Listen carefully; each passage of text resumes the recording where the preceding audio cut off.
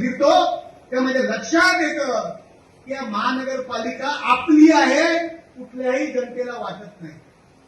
महानगरपालिकेशी आमचा काही संबंधच नाही, अशा पद्धतीने नवी मुंबईकर जनतेची भावना आहे.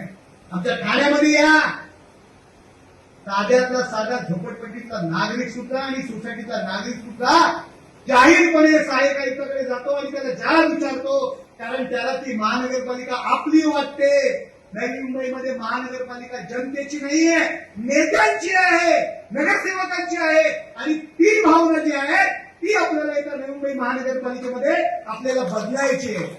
ही महापालिका सर्वसामान्य जनतेची आपल्याला बनवायची आहे, सर्वसामान्य नागरिकांची महानगरपालिका बनवायची आहे. प्रत्येकाला वाटलं पाहिजे ही महानगरपालिका माझी आहे, माझ्या बापाची आहे, दुसऱ्या कुणाच्या तरी बापाची आहे.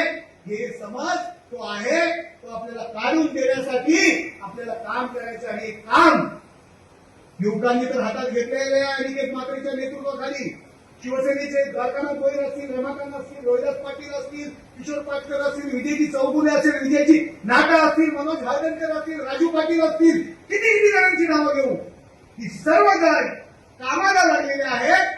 आणि काम एक ध्येय एवढेच आहे की या नवी मुंबई महानगरपालिकेवरती महायुतीचा भगवा आम्हाला फडकवायचा.